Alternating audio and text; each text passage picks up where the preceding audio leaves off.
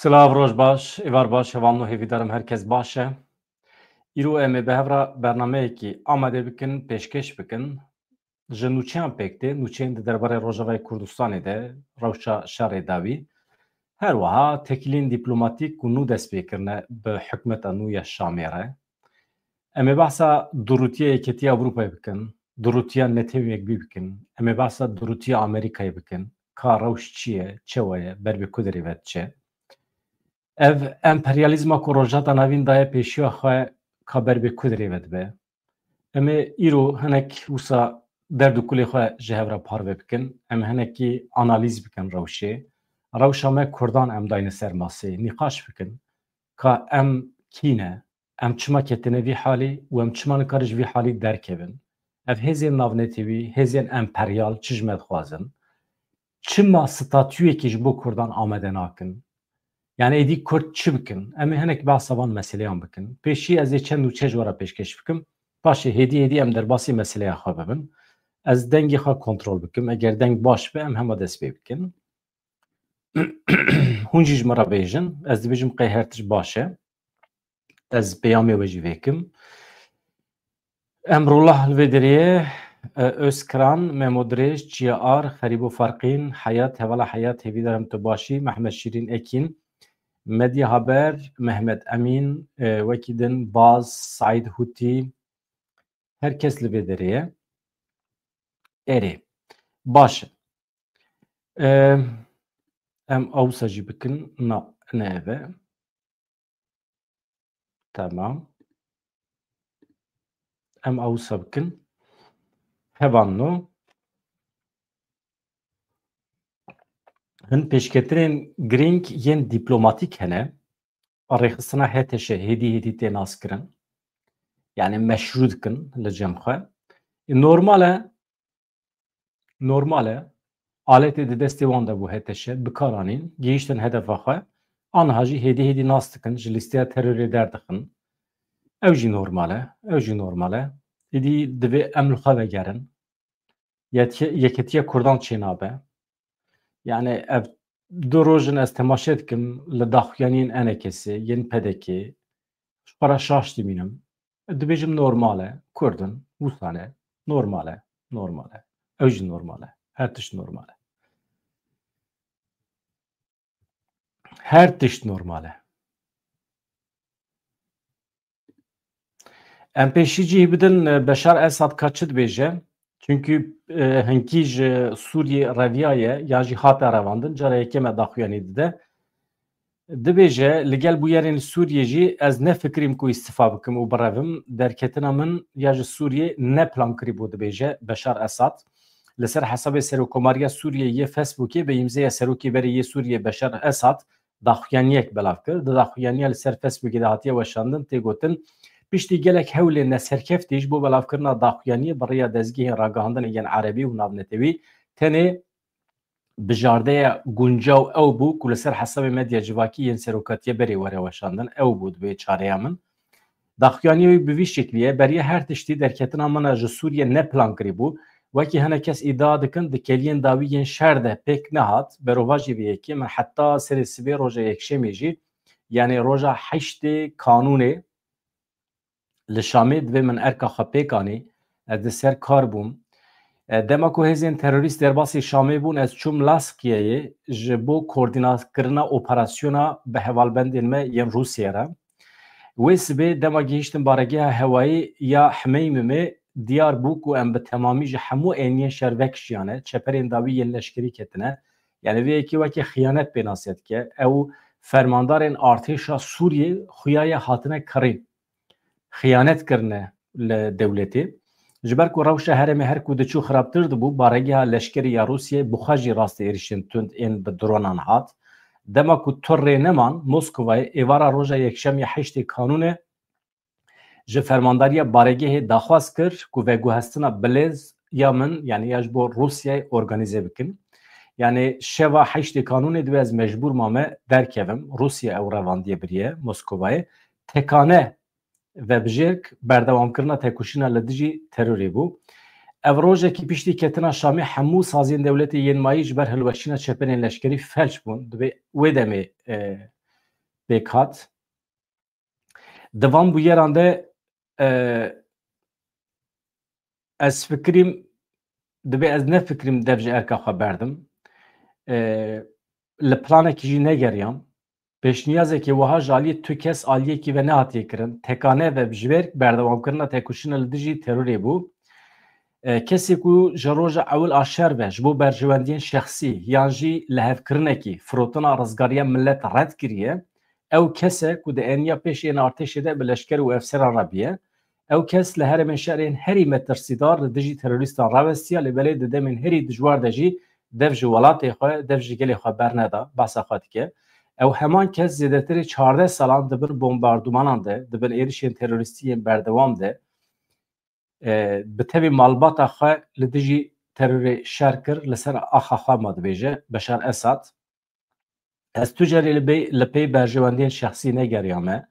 Kesê ku tu carî dev ji piştgiriya xwe ya ji bo berdewama ji bo gelê Filîstînê, ji bo gelê Lübnanê dibe ji bo piştgiriya wan dev ji vê piştgiriyê bernedaye, yan jî di sozê wê bêhêvî nekiriye, nikare bibe kesê ku di eynî di demên dijwar de jî dev jî gelê xwe berde.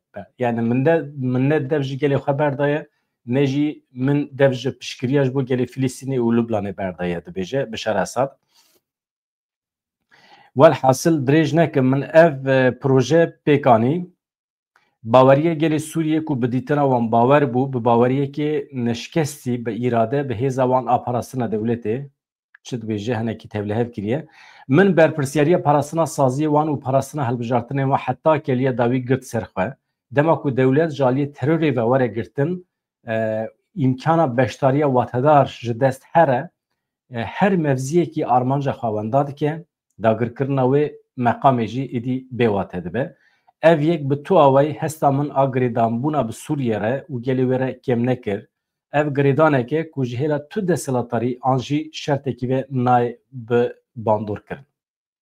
Ev aidiyet bihêviye ku rojekî carekî din Sûriyeyekî azad serbixwe bibe dibe tijî ye. Niha ev Beşar Esad e, niha em warin ser meseleya me gelo agirbest hatiye dirêjkirin bi qasî di rojan ji ber ku îddiayekî wisa heye agirbesta di navbera çeteyên dewleta Tirkiye û Qesedê de du rojên din hatiye dirêjkirin. İddiayekî wisa hat weşandin li belê rastiya îddayên agirbestê çi ye em niha ji were eşkere bikin.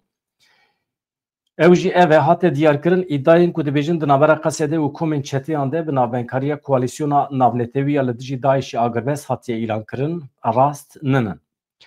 Di hinek saziyên ragihandinê de nûçeyên ku îddia dikin agirbest hatiye îlan kirin hatin weşandin lê çavkaniyên herêmî van îddiayan derew derdixin. Li gorî çavkaniyan hewldanên koalîsyona navnetewî bi ser neketiye, hemû îddayên di derbarê lihevkirina Qesedê û komên çeteyan de nerastin. Hate gotin ku dewleta Tirk û çeteyên wê li bû tevgera xwe ya li herêmê didomîne. Yani agirbest, magirbest tune ye. Çeteyên dewleta Tirkiye bi piştgiriya artêşa Tirk li bû tevgera xwe didomînin, li derdora Kobanî, li derdora Rexayê bi cihî bûne, li firsendekî digerin ji bo êriş bikin. Divê rastî ev e. Kobanî xwedî maneviyetekî mezin e ji bo Kurdan. Dewleta Tirkiye niha plan projeyekî digere ji bo êriş bike. Eger êrişê ser Kobanî bike, we sexxuya ye ku li Tirkiye şarekî pir mezin yên navxweyî çêdibe. Bi qasî 10-15 milyon Kurdên şiyar, Kurdên siyasî wê tu car destûr nedin ku Kobanî zirar bibîne. Ew ê rabin ser piya, ew ê zirar bidin saziyên dewleta Tirkiye. Wisa xuya ye wê şarekî navxweyî li Tirkiye derbikeve. Belkî jî hêzên navnetewî, hêzên emperyalîst wisa dibêjim. Di şûna Îranê de belkî piştî Sûriyê Tirkiye ji xwe re kiribin hedef, belkî ji bo fayda Kurdan ev e, ya baş welatên desthilatdar, welatên weke Tirkiye, Îran, Sûriye bila temamî hilweşin, sînor ji holê rabin, Kurd bigêjin hevûdû, Kurd ji xwe re qedera xwe bixwe tayîn bikin. Belkî ya rast ew e, hêvî ew e ku Tirkiye tevlî hev bibe, hêvî ew e ku dewleta Tirkiye hilweşe, dewleta Tirkiye ji ber ku tu car hebûna Kurdan qebûl nake, Kurd jî divê hebûna dewleta Tirkiye qebûl nekin. Hilweşandina dewleta Tirkiye ji xwe re esas bigirin. Çünkü dewleta Tirkiye jî tunekirina milletê Kurd ji xwe re esas girtiye. Eviş wusaya. İja sibê dusbe tevlihevî çêdibe bila çêbe, hilweşîn çêdibe bila bibe, milletê Tirkiye ji birçiya dimire bila bimire, feqîrî fuqaretî heq dikin, müsteheqin jî çi ji destê wan tê bila bikin jî ama mehkûmê tunebûnê ne. Ew dewleta wan mehkûmê tunebûnê ye. Evîş wisa ye. Mazlûm Abdî çi dibêje? Bi zimanekî dîplomatîk, mesela Süleyman Şah dîsa aniya rojevê, Süleyman Şah bixwe tevî serê wan û dewleta Tirkiye û fermandarê giştî Qesedî Mazlûm Abdî biryardariya xwe ya ji bo vegerandina tirba Sultan Süleyman Şah ya ji bo ciyê wî yê kevin dubare kir, got ew amade ye, yani ew weke rêveberiya Xweser amade ne, rêya heta ciyê tirbê vekirî bihêlin, alîkariyên ji bo hêsankirinê pêşkeş bikin. Mazlûm Abdî li ser hesabê xwe Dijital X'ê di derbarê mijarê de ev peyam weşand. Li gorî lihevkirinê navnetewî em biryardariya xwe ya vegerandina termê Sultan Süleyman Şah ya li ciyê wî yê kevin dubare dikin. Em amade ne rêya heta wî ciyê vekirî bihêlin. Tevahî alîkariyên ji bo hêsankirina derbasbûnê, yani di pira qereq û zaxîre, wê derê em bixin bin garantiyê, bixin bin ewlehiyê bila çîn û hatina dewleta Tirkiye çêbe. Ama avakirina baregehekî eskerî ji xwe re dikin hincet, ew red dikin. Bi vî şeklî nabe. Yani em jî dizanin dewleta Tirkiye Sultan Şah Süleyman navî çi kur dere Süleyman Şah ji xwe re dixwazin bikar bînin ji bo ku li wê herêmê baregehekî eskerî ava bikin, tank û topê xwe di wê derê re derbas bikin, bînin wê derê dibin navê parastina vê tirba Sultan Şah da Süleyman Şah da dibin navê parastinê de ew ê tank û topê xwe bicî bikin, ew ê herêmê bixin bin kontrolê, ew ê çavderî bikin, ew ê istixbaratê berhev bikin, ew ê tim wisa acizî bidin derdorê û sibê du sibê jî bihanekê bibînin ji wê derê êrişê sergel bikin, bombe bicîh bikin nava xelkê de û xelkê tim bitirsînin ji ber çalakiyên terorîstî yên dewleta Tirkiye. Ji ber vê yekê rêveberiya Xweser qebûl nake ku bi şeklekî ev çêbe. Rêveberiya Xweser beyannameyekî nû belav kiriye, beyannameya Sûriyeya nû. Em bibînin têda çi dibêje. Îro ez gelekî acizim rêveberên Yekîtiya Ewropayê çûne colanî dîtine. Netewên yekbî çûye colanî dîtiye. Meşrû dikin, nas dikin. Ya çi acela we heye? Çi acela we heye? Yani ev 10 sale Kurd ew qas mücadele dikin, ew qas meşrû ne, hûn ew qas pestê wan didin, ew qas lihengin. Yani rojekî we heyetekî fermî neşandiye ji bo biçe rêveberiya Xweser re hevdîtin pêk bîne. Yani ala acele hema hefteya destpêkî hûn diçin colanê dibînin, nîgê xwe davêjin ser hev, pêre hevdîtin pêk dînin. Xêr e. Xêr e. Acele we çi ye? Van tiştayê me hemî nîqaşkan aniha. Ez du sê nûçe ji we re bixwînim. Niha rêveberiya Xweser beyannameya Sûriye nû belav kir, ka em binêrin têda çi dibêje. Divê em ji bo xêzkirina nexşariyekî hevbeş bibin yek, bi hev re kar bikin, divê siyaseta dûrxistin û paşgohkirinê ku Sûriye wêran kiriye bi dawî bibe, divê hemû hêzên siyasî di pêvajoya derbasbûnê de ciyê xwe di avakirina Sûriyeyê nû de bigirin. Li ser vê yekê em bangê hemû aliyên Sûriye dikin ku nêzîkatiyên xwe yên li beramberî hev û du di ber çavana derbas bikin, berjewendiyên niştimanî yên hevpar di ser her tiştî re bigirin, tevkariya di navbera rêveberiya Xweser a demokratîk a û rêveberiya siyasî ya li Şamê wê li gorî berjewendiyên tevahî Sûriyeyan be, ev tevkarî wê bibe destek ku em bi serkeftî ji vê pêvajoya zehmet derbikevin. Wekî rêveberiya Xweseriya Demokratîkê Herêma Bakur Rojatê Sûriye, em berpirsyariyê xwe yê li hember gelê Sûriye bi tevahî pêkhateyên wê dizanin. Ji bo bi cîhanîna erkên li hember gelê xwe, em ji bo avakirina Sûriyeya nû beyannameya diyaloga Sûriyeyî pêşkeş dikin. Em rêveberiya Xweseriya Demokratîk, rola êrênî ya dewletên Ereban, rola êrênî ya dostên ku piştgiriyê didin tevahî pêkhateyên gelê Sûriyê êrênî dibînin û dinirxînin.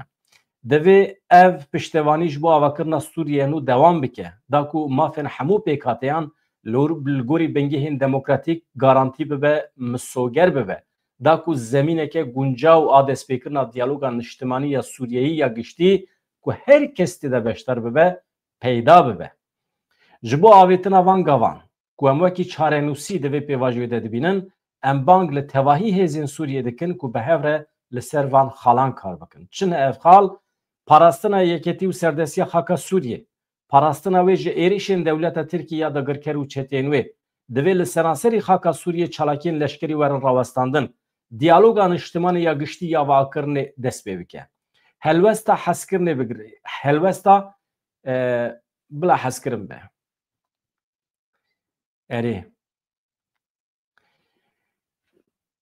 هلوستا حسکرنه بگرن ددلی خدا حسکرنه بجی بکن ji xîtaba nefret xıyanetê ya di navbera Suriyeyyan de dûr bikevin. Suriye bi hemû pêkhateyên xwe ve bi rengên xwe ve dewlemend e divê ev pirrengî ew dewlemendî li ser esasê demokrasiya adîlane were parastin. Ji bo yekirina nêrînan di derbarê pêvajoya derbasbûnê de divê civînekî awerte bi beşdariya tevahî hêzên Sûriyeyên Sûriyeyî li Şamê were li darxistin. Divê beşdariya jinan di pêvajoya siyasî de çalak be. Serwet çavkaniyên aborî milkê tevahî gelê Sûriyê ne. Divê bawekî adîlane li tevahî herêmên Sûriyê were belav kirin. Divê garantiya vegera niştecihên resen û koçberê ku bi darê zorê koçber bûne were dayîn. Divê mîrasa wan ya çandî were parastin. Siyasetên guhertina demografîk werin bidawîkirin. Li gel geşedanên li Sûriyê rû didin em teqez dikin. Em ê şerê li dijî terorê bidomînin da ku rêxisina Daişî ya terorîst venegere. Ev yek jî wê bi hevkariya hêzên Sûriye Demokratîk Qesedê û koalîsyona navdewletî be. Divê dagirkerî bi dawî bibe. Biryara diyarkirina siberoja xwe di destê gelê Sûriyê de be. Divê rêbaza cîrantiya baş were pêkarîn. Em rola avakariya dewletên Ereb netewên wekbî koalîsyona navnetewî û tevahî hêzên navnetewî yên çalakên li Sûriyê pêşwazî dikin. Em bang li wan dikin ku rolekê erênî bilîzin, rolekê aktif di pêşkêşkirina şêwiran de piştevaniya gelê Sûriyê nêzîkirina nêrînên pêkhateyan de pêk bînin. Divê ev rol ji bo parastina ewlehî û rêgirtina li ber destwerdanên derve be. Yani müdaxele ji derve ve neyê kirin wekê dewleta Tirkiye. Di karûbarên Sûriyê hêzên derve tevlî nebin. Dibêje reveberiya xweser. Wekî din. Nûnerê netewên wekbiyê Sûriyê Geir Pedersen bi Colanî re ev dîtin pêkanî. Ka bidirin ev mesele çiye hevanno.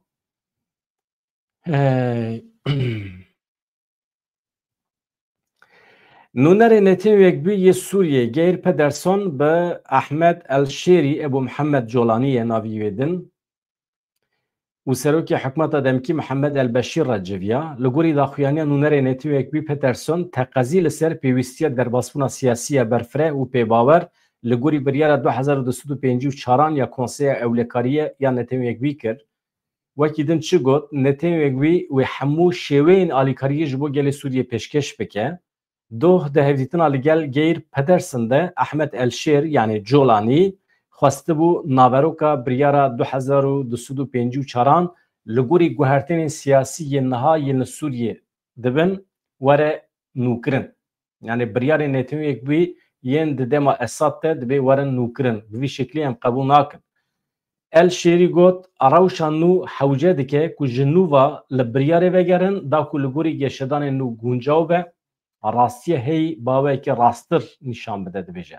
Şandeyekê Yekîtiya Ewropayê jî çûye Şamê yan jî diçe Şamê ew jî meseleyekî din e.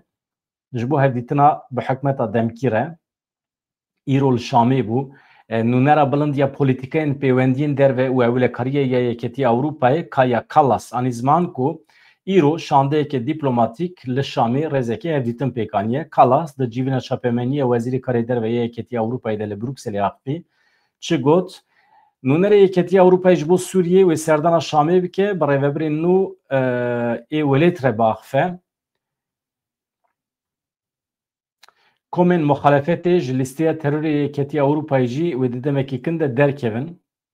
Ama ji bo vê yekê jî divê em rêveberên Sûriyeyî bişopînin pişra ancak Yekîtiya Ewropayê dikare gavên pêwîst bavêje.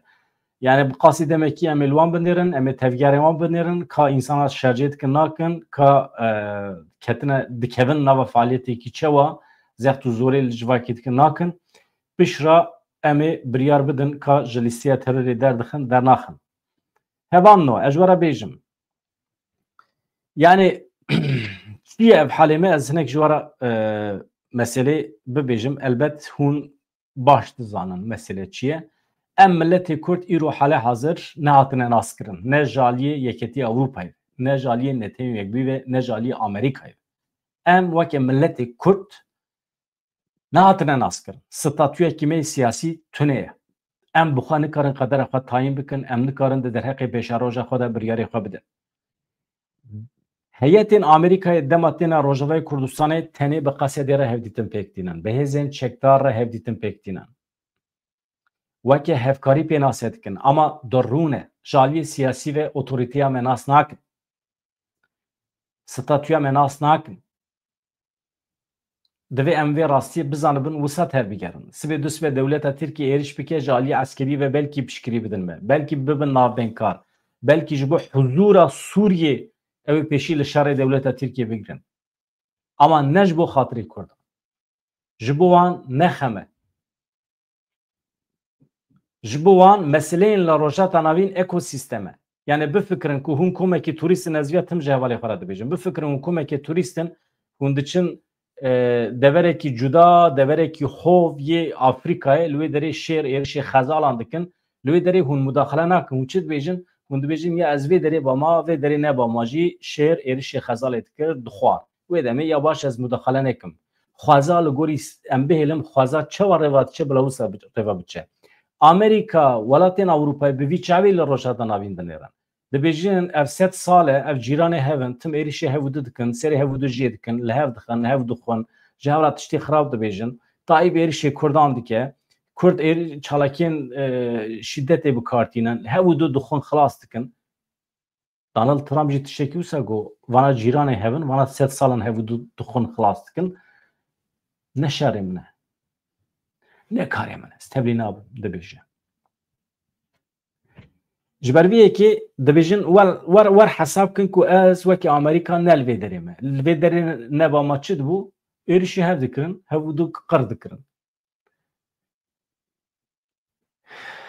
Yani wisa ye. Yani li Afganistanê, li Pakistanê, li Sri Lankayê insanan hevûdû xwar xilas kir. Ama niha em divê rastiya xwe bibînin çawa ye? Mesela ez canan milletê Kurd fehm nakim. Heqeten fehm nakim. Li Yekîtiya Ewropayê parlamenterê me hene? Hene. Li Parlamentoya Ewropayê di nava xebatan de ne ama ji bo kî xizmetê dikin, ji bo çi xebatê dikin em nizanin. Ama ferdên Kurdan li welatên Ewropayê di parlamentoyên welatên Ewropayê de ciyê xwe dikirin. Hinekî wan wezîrin, hinekî wan di astê gelekî bilind e, hinekî wan awqatin, parêzerin, akademisyenin dixebitin.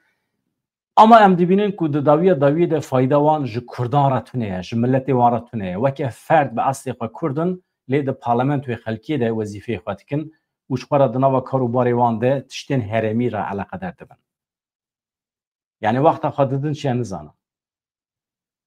Yani di hikûmetên welatên Ewropayê de Kurd hene, rast e ama fayda wan nagêje Kurdan. Biçin li Belçîkayê, li Holandayê, li Almanyayê wezîrê wan jî Kurd in. Ama fayda wan çi qas digêje Kurda? Di dîplomasî de çi qas xizmetê dikin? Ne ciyê gomanê ye jiyan. Tune ye, zirnik tune ye. Li Tirkiye dîsa bi aynî awa ye. Mesela milletê herî mağdur Kurd in, partiya wan partiya sêyemîn e. Partiya herî mezin a sêyemîn e li Tirkiye, li meclisê. Ama em dibînin di dawiya dawiyê de nikarin xwe bidin naskirin. Ne bi dewleta Tirkiye dikarin xwe bidin naskirin, ne bi welatên Ewropayê yan jî Amerîkayê dikarin xwe bidin naskirin. Çi ye? Ya 40 sale milletê me parlamenteran hil dibêjere dişîne Enqereyê, dişîne parlamentoyê. Piştî 40 salan em hêjî nikarin li parlamentoyê bi zimanê xwe biaxivin ya. Ya çi ye? Mesele çi ye? Ew qisa zor e. Ew qas zehmet e. Yani em radibin li meclisê çar gotinê kurmancî dikin, em ji bo xwe wekî serkeftinekî dibînin. di qeydan da jî dibêje zimanê X derbas bû. Yani ma ev îş e. Parlamenterê me yê li Enqerê hêjî nikarin li ser navê milletê xwe li Ewropayê dîplomasî bikin. Halbuki yani milletê ku herî zêde li hember zihniyeta kevneperest e, milletê ku herî zêde li hember Daişê şer kir dîsa milletê Kurd e. Milletê Kurd di vê rê de heta niha bi qasî 16,000 ewladê xwe daye feda kiriye. Keçên xwe, xortên xwe yê herî bedew. Yê herî jîr. Keç û xortê xwe yê herî zana. Çünkü di tekoşînê de keç û xortên herî zana cih digirin. Keç û xortên herî şiyar cih digirin. Milletê Kurd li hember Daişê di vê tekoşînê de ew qas ewladê xwe feda kir. Bi hevkariya Ewropayê û Amerîkayê elbet. Ama di dawiyê de ew xıyanetê li vê hevkariyê dikin û me nas nakin. Yani derdê min ew e ku statûya milletê Kurd divê were naskirin di qada navnetewî de îro gelekî zorê miçûye. Nûnerê netewiyek bî diçe colanî dibîne pêra Rûdinê ama heta niha nehatine Rojavayê Kurdistanê bi rêveberên Rojavayê Kurdistanê re rû neniştine. Ka hevkarê we bû? Ya ji min re bêjin. Ya bêjin û heq didin na dibêjin. Binivîsînin.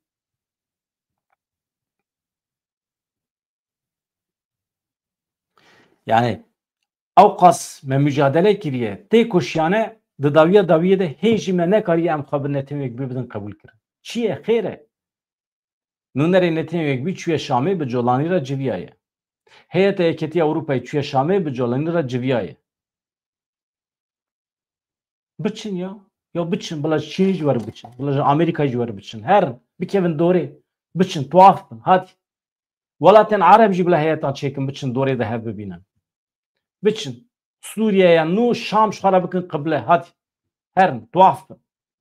Tayyip Erdoğan jî bila here. Bila here nîgê colanî maşke. Hadi. Bila herin. Bila navê bikin Fatihê Şamê. Hadi. Halbuki xortekî cahîl e halê xwe. Ne zane rûnê, ne zane bimeşe, ne zane baxfe. Mesele ne ye? Mesele ne zanîn e, mesele ne cehalet e. Mesele zanîn û cehalet jî ne divê derê de. Biçin li Rojavayê Kurdistanê mirovên herî zana ê cîhanê hûnê di nava jinên Rojavayê Kurdistanê de hûnê bibînin. Di nava mêrên Rojavayê Kurdistanê de bibînin. Hemî ciwanên Rojavayê Kurdistanê heft qasî heft bavê colanî zanan e, jîr in, filozofin. Ama kêr naye. Mesele zanîn terê nake. Mesele ew e. Modernî li gorî hukûqa navnetewî tevdigerê, li gorî pîvanên navnetewî tevdigerê, li gorî medeniyeta îroîn ya mirovahiyê tevdigerê. Ama têr nake. Mirovên herî nûjen, mirovên herî medenî li Rojavayê Kurdistanê ne ama bi kêr naye. Çima bi kêr naye nizane. Xuya ji bo mirovahiyê mirovên pêşverû bi kêr naye. Mirovên paşverû ancak bi kêrî wan tê. Çünkü emperyalizm tiştekî wisa ye. İnsanên ku dikarin bikarbînin ji xwe re dikin dost. Nayê bi me re nabe dost. Çünkü nikare me bikarbîne. Emperyalizm tiştekî wisa ye. Ji ber vê yekê mirov li dijî emperyalizmê ye. Ji ber vê yekê mirov îsyan dike. Çünkü tu hinek şiyar bî, tu hinek zana bî, nikare te bikarbîne. Bi te re nabe dost. Ew tim li menfaetê xwe digerin bi kîjan bi rêya kîjan însanên cahîl bikaribin van menfaetê xwe bi dest bixin. Kîjan însana bikaribin bikarbînin. Donald Trump îro derketiye Tayyip Erdoğan pîroz dike. Dibêje mirovekî jîr e. Sûriye dagir kir dibe. Xweş e. Dibin dibê di pişt perdeya hilweşandina rejîma Şamê de dibe Tayyip Erdoğan û Tirkiye heye. Ya ka te 5 sal berê gotibû ehmek. Tu çima bi Kurdên Rojavara li hev nayê? Teş Tayyip Erdoğan re gotibû Donald Trump. îro tu radibî çi baqil e. Hêza xwe bi kar aniye rejîma Şamê hilweşandiye. Yani ya bifikirin. Yani Donald Trump ji însanekî ew qas paşverû, ew qas kêmaqil, ew qas despot bîne Tayyip Erdoğan re dibe baqil e. خویای حواله هبن خویای د عین منطقی دانه امرو چه ببیجه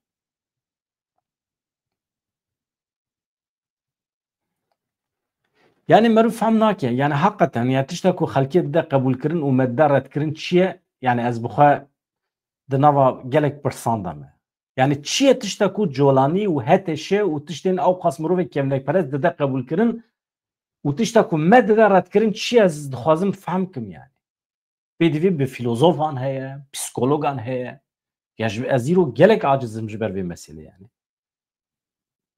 yani gelo ew hêzên serdest pir pîs in gelo ji ber hin meseleyan ji me nefret dikin çima nefret dikin madem Musa'ya ya gelo mümkün e nefretekî bê sedem hebe nizanim tenê pirsim yani gelo ew me pir nezan dibînin û xelkê zana dibînin ji ber vê yekê diçin red dikin bawer nakim bes kir yani zanîn hebe li cem me heye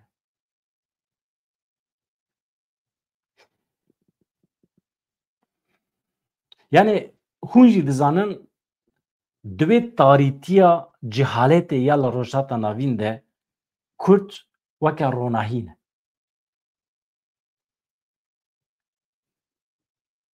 pîvanên herî pêşketî yên mirovahiyê diparêzin demokrasiyê diparêzin laîsîzmê diparêzin mafê jinan diparêzin li dijî îşkencê ne di asta demokrasiya li Ewropayê de ne weke Swêd Norwêc mantıqa me di wê asî de pêşketiye bawer bikin ama di gel vê yekê jî em tên redkirin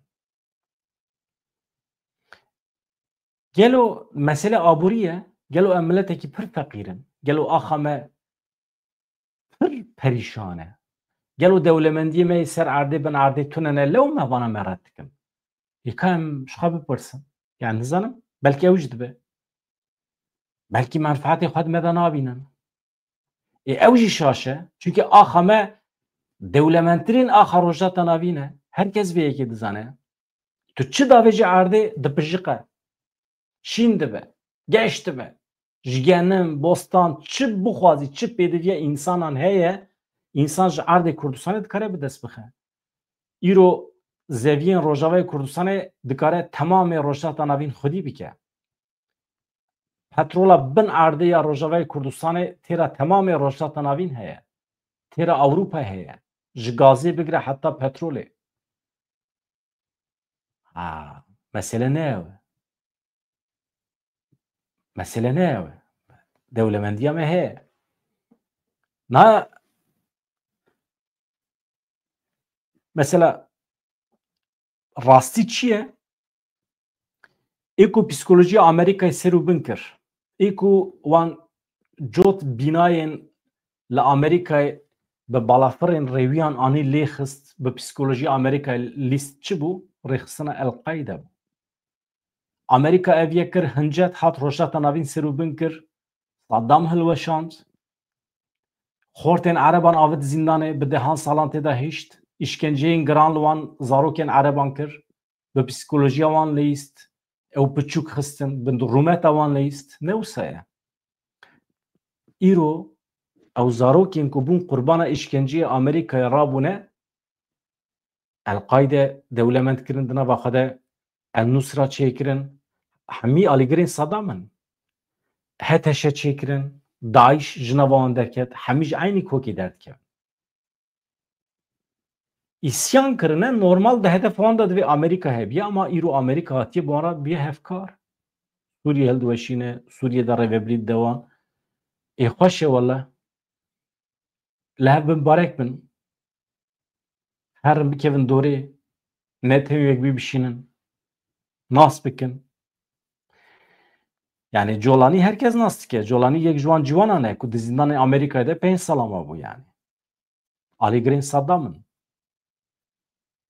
mesela heye Tahrir el Şam El-Qaîde El-Nusra bi dehan rêxistinên din hene hemî ji aynî kokê tên û aniha bi Amerîka re di nava hevkariyê de ne wisa ye yani van rêxistinan Man em çawaş bir bikin yani van rexistina terörekî pir acayip meşandin piştî Musulê li Şengalê 5,000 kesên keçên Kurd revandin. Aqubeta piraniya wan hêjî nayê zanîn.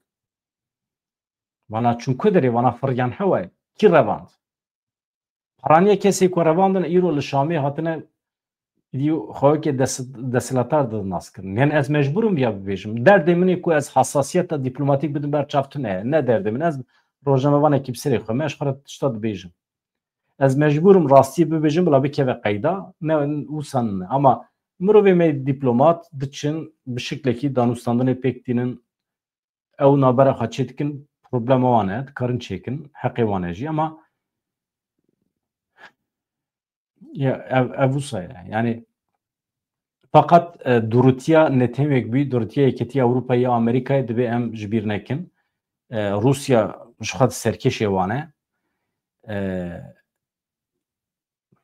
Yani milletê herî mafdar, milletê herî heq, milletê herî mağdur, milletê herî leheng, milletê herî şervan herkes zane Kurd. Yani milletê herî ji medeniyeta nûjiyan re vekiriye dîsa Kurd. Ama digel vê yekî çima nayîne naskirin? Çima statûyan tune? Yani bi vî halê xwe dema em demokrasiyê rêya medeniyetê em pêşniyaz dikin yani muhakkak ew jî ji xwe re bi me dikenin yani. Mîna ku bêjim me em nizanin. Me em nizanin hûn demokrasî xwazin. Em nizanin hûn medenî ne. Her tiştî zanin.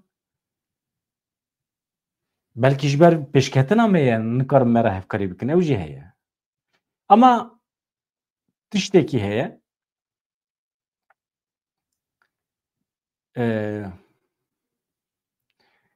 aniha çareserî yekîtiya milletê Kurd e. Ez ji we re bêjim. Eger milletê Kurd di nava xwe de bibe yek bi taybetî milletê me yê Bakurê Kurdistanê dewleta Tirkî bi tu awayî nikare êrişî ser Kurdan bike. Eger milletê me heçar perçeyê Kurdistanê bibe yek netewek bî Amerîka welatên Ewropayê mecbûr in statûya Kurdan nas bikin qebûl bikin bidin wan. Ji federasyonê bigire ji rêveberiya xwe ser bigire heta serxwebûnê mecbûr in nas bikin ama yekîtiya me tune.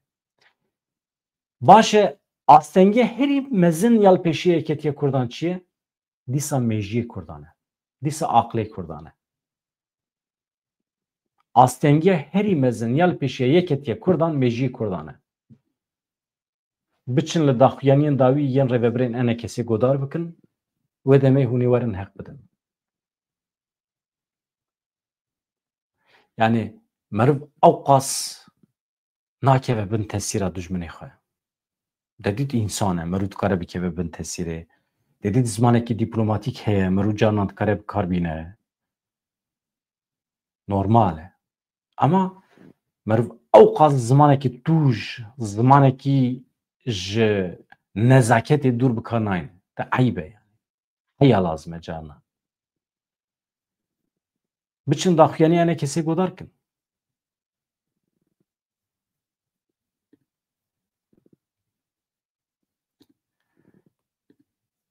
Binêrin. A ji were. A ji were.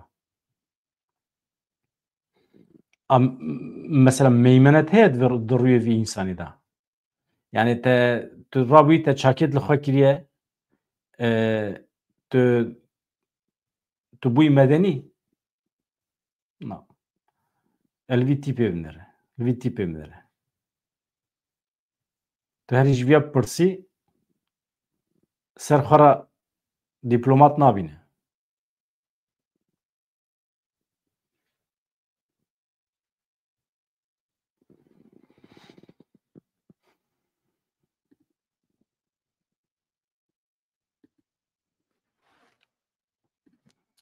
Wisa ye çi bikim? Ka ez çend û çend deqeyên dawî ji we re bixwînim. Li Almanya hikûmet hilweşiya hûn zanin. Yani Olaf Scholz dengê pêewlehiyê negirt hilweşiya hikûmet. Ew ê hikûmetekî nû were avekirin. Li Ewropayê normal e. Yani hikûmet wextê hilweşe dewlet û zirar nabîne. Tiştekî mîne lîstik e, tiştê formalîte ne. باشه ku şandeyekî Katalonya'ya pişkiriya xwe ji bo rêveberiya xwe sernîşandeye qet nebe dostê me Katalan hene her hebin mala we ava ew tiştekî baş e çünkü ew jî di halê me de ne Katalonya ew jî feqîrê xwe dê kes wan qebûl nake kes statûya wan nas nake du sal berê qaşo xwestin serxwebûna xwe bipîvên ka millet serxwebûnê dixwaze naxwaze referandûm xwestin pêk bînin mala wan xirab kirin du sê sal berê İspanyola êrişê ser wan kir Sêrgoyê wan şikênandin çi ye yani Orta Avrupayê qaşo medenî ne êrişê ser Katalanan kirin Sêrgoyê wan şikênandin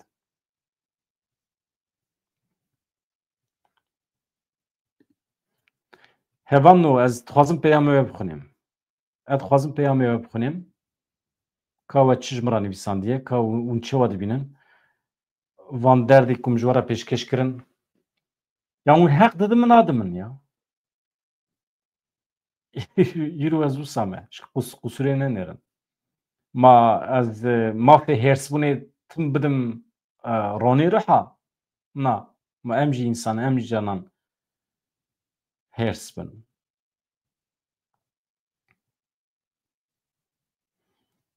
ka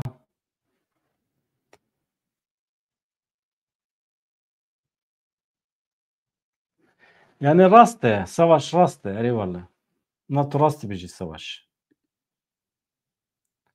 Saman Kuçerê zî te jî binêrim divê Kurd jîr bin tiştî ku hete şêkiriye bikin pêdiviyê ku peyê de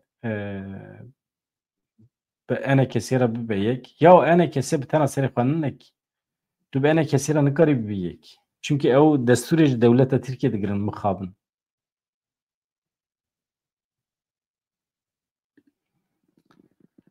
xwezî bi serê xwe bana û mirov batana cem hev çayekî qehweyekî mirov ji xwe re li hev ke yani çi tê de ya dunyayekî her hebî baş e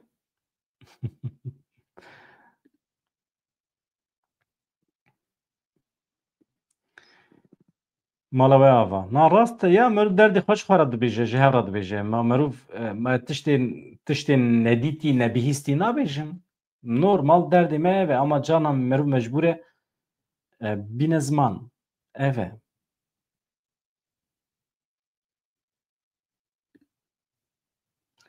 wekî din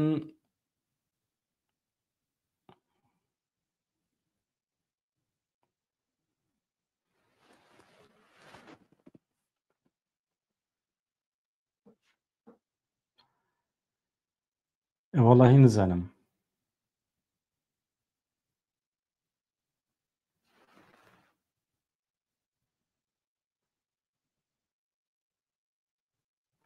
ez anal peyamê we dinêrim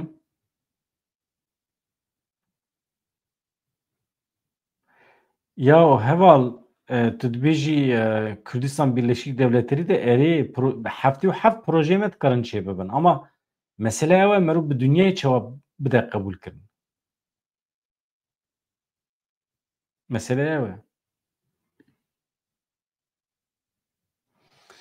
yani rêveberên Rojavayê Kurdistanê hefsed û heftê û heft hezar tişt gotin heta niha ama Rêzdar Mesûd Barzanî rojekî ew pîroz nekirin di derbarê xêra Kurdan de ama colanî pîroz kir belkî bêje rêbazekî dîplomasiyê ye yani ew jî dibe bila pîrozkê giş bikevin dorê herin pîroz kin herkes bila biçin pêra fotoğraf bikişînin bikevin dorê pîroz kin xêrhatinê lê bikin dewleta wî pîroz kin